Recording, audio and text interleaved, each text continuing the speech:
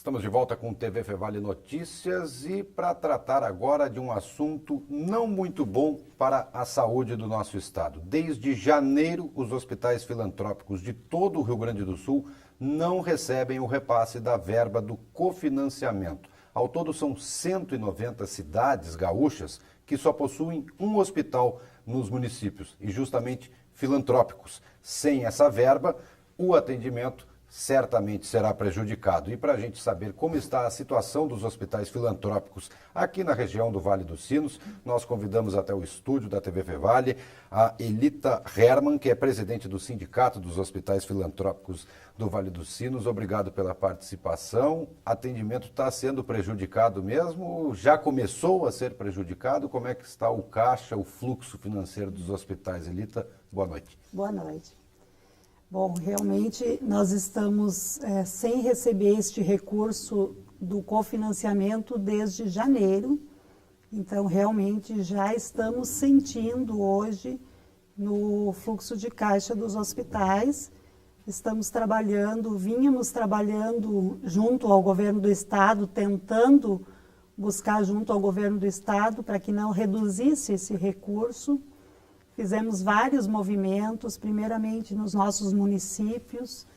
Isso aconteceu no dia 6 de maio, onde nós reunimos toda a população, reunimos conselhos municipais de saúde, Câmara de Vereadores, para explicar o que estava acontecendo atualmente junto ao governo do estado. Para a população entender, e para os nossos telespectadores também, o que seria esse cofinanciamento, esses recursos do cofinanciamento? Sim. O que seria isso?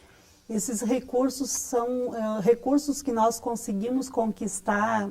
Na verdade, eles já existem desde 2002, só que num percentual bem menor do orçamento do estado. E em 2012, nós conseguimos fazer com que este recurso passasse a ser permanente e distribuído conforme a produção de média complexidade de cada hospital. Por que da média complexidade? Porque a média complexidade que é a maior dificuldade, tem o maior déficit da tabela do SUS. Então, encontramos uma maneira de distribuir estes recursos. Quem produz mais recebe mais, quem produz menos recebe menos. Em termos de valores, você pode abrir para a gente quanto já se deixou de arrecadar com o não repasse desses recursos aos hospitais? Ao todo, nós somos 245 hospitais filantrópicos em todo o estado. Como você falou no início, em 190 municípios, é o único hospital da cidade. E este valor do cofinanciamento, ele está aprovado no orçamento do estado para 2015, no valor de 300 milhões no ano. Dinheiro então, que não se viu até agora. Não se viu, seriam 25 milhões por mês distribuídos para esses 245 hospitais, mas que nós não recebemos até então. Vocês mantêm a esperança de que possam reaver esse dinheiro, não? Olha, a gente, como eu disse, nós montamos esse movimento, nos organizamos com esse movimento, primeiramente junto à nossa sociedade, ao nosso município, tentando sensibilizar o governo do estado. Fizemos um movimento grande, que nós chamamos de movimento do dia D, agora no dia 13, em Porto Alegre, em frente ao Palácio Piratini. Levamos 2.000 pessoas, caravanas de todo o estado, inclusive do interior do estado, e onde nós estávamos tentando um último grito de socorro ao nosso governador para que ele olhasse para os hospitais filantrópicos, porque nós entendemos que existe uma situação econômica, financeira não tão boa assim no governo do estado.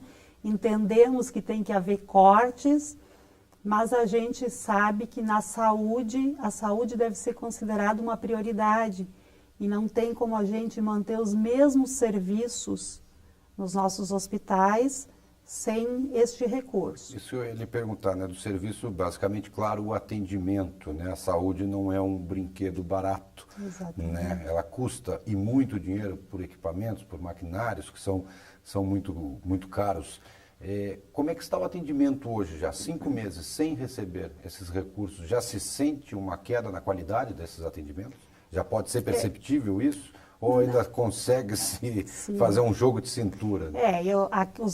Falando dos nossos hospitais aqui na região, a gente vem mantendo os mesmos serviços até então. E aí a questão toda é não se diminuir em qualidade, e sim em quantidade.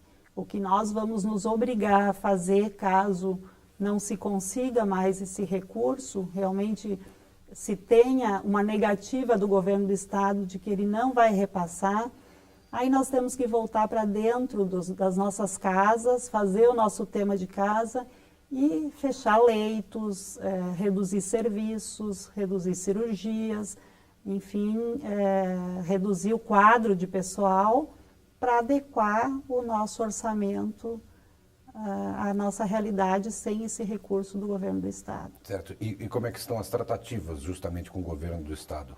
Bom, então no nosso movimento do dia 12, o governo do estado recebeu uma comitiva onde fazia parte também representantes da Federação dos Hospitais Filantrópicos, e ele se propôs a montar um grupo de trabalho para rever estes valores, enfim, se falou em repassar parte deste valor, talvez não todo, se falou também em outras medidas de buscar estes recursos junto ao governo federal, mas enfim, são tudo medidas, foi um êxito isso, este movimento, sim, porque reabriu este canal de comunicação junto ao governo do estado, que estava fechado até então, mas todas as propostas não parecem ser propostas a curto prazo, e nós não temos esse tempo para aguardar, nós precisamos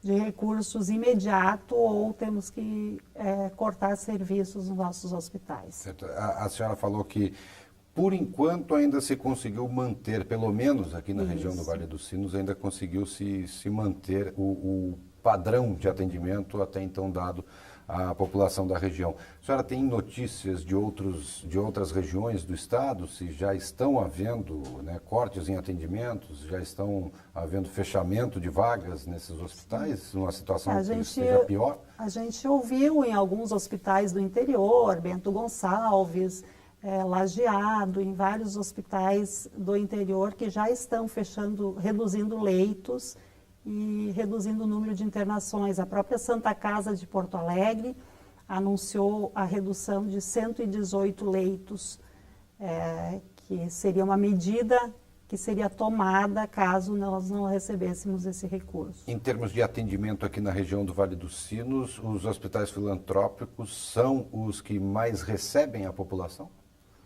Em torno de 70% hoje são os hospitais filantrópicos que atendem o paciente SUS. Né? Ou seja, numa situação chegando ao extremo, a população novamente paga a conta. Vai pagar por isso, infelizmente. Quem vai sofrer com isso é a população, com redução de serviços. Certo. E existe também alguma nova data agendada para algum novo protesto ou para ter uma negociação com o governo do estado para se ter retorno de como é que está essa situação? Pelo menos vai ser repassado ou não parte dessa verba? Nós temos um encontro amanhã em Porto Alegre, na Federação dos Hospitais Filantrópicos, onde a gente vai ter algum retorno, vai ver se tem algum retorno do governo do estado, que oficialmente até o momento não temos nada em relação a este grupo de trabalho. E em relação ao movimento, nós estamos organizando sim um movimento para o mês de agosto, dia 4 de agosto, em Brasília, daí em nível nacional, onde todos os hospitais filantrópicos do país deverão participar. Vocês têm esperança de que nesse próximo encontro com o governador recebam alguma notícia positiva? A gente nunca perde a esperança. É a última que morre sempre. Porque é muito triste para nós estarmos com serviços estruturados dentro dos nossos hospitais, estar atendendo a população e ter que negar o atendimento à população. Isso é lamentável, é a gente que está na porta da frente recebendo a população. São nas nossas portas que a população bate e vem implorar pelo atendimento. E sem recursos a gente não tem como manter. Então, com certeza, nós mantemos a esperança, sim, de que o governo do estado se sensibilize e que ele não faça na saúde os cortes que ele pensa em fazer. Existe alguma possibilidade, só antes da gente encerrar, Elita, de, por exemplo, alguma empresa da iniciativa privada poder ajudar esses hospitais filantrópicos? Isso é possível ou existe alguma lei que não permita isso? Não existe nem nada que impossibilite. Inclusive, nós contamos, eu sou administradora do Hospital de Sapiranga, e no próprio Hospital de Sapiranga nós temos um projeto desde 2007, liderado pelo nosso presidente, lá o seu João Wolff, que é uma contribuição através da conta de energia elétrica, da ES Sul. Então, nós conseguimos, nos últimos anos, deixar os nossos impostos em dia, pagar fundo de garantia atrasado de funcionários, parcelado, que estamos pagando até hoje, anterior a 2005, com estes recursos arrecadados de empresas privadas, da própria comunidade. Então, numa situação de emergência como se inicia agora, vale a pena aí o alerta até para as entidades privadas da região também poder auxiliar aí no atendimento da própria população, né, onde eles estão. Todo e qualquer recurso é sempre bem-vindo. Tá certo, então. Elita, obrigado mais uma vez pela participação, por ter aceitado o convite para estar com a gente aí explicando essa situação que infelizmente não é nada agradável nesse momento nos hospitais filantrópicos aqui da região, né? Obrigada a vocês por nos darem a oportunidade de mostrar para a população o que realmente está acontecendo. Tá certo, obrigado mais uma vez, boa noite. Boa noite.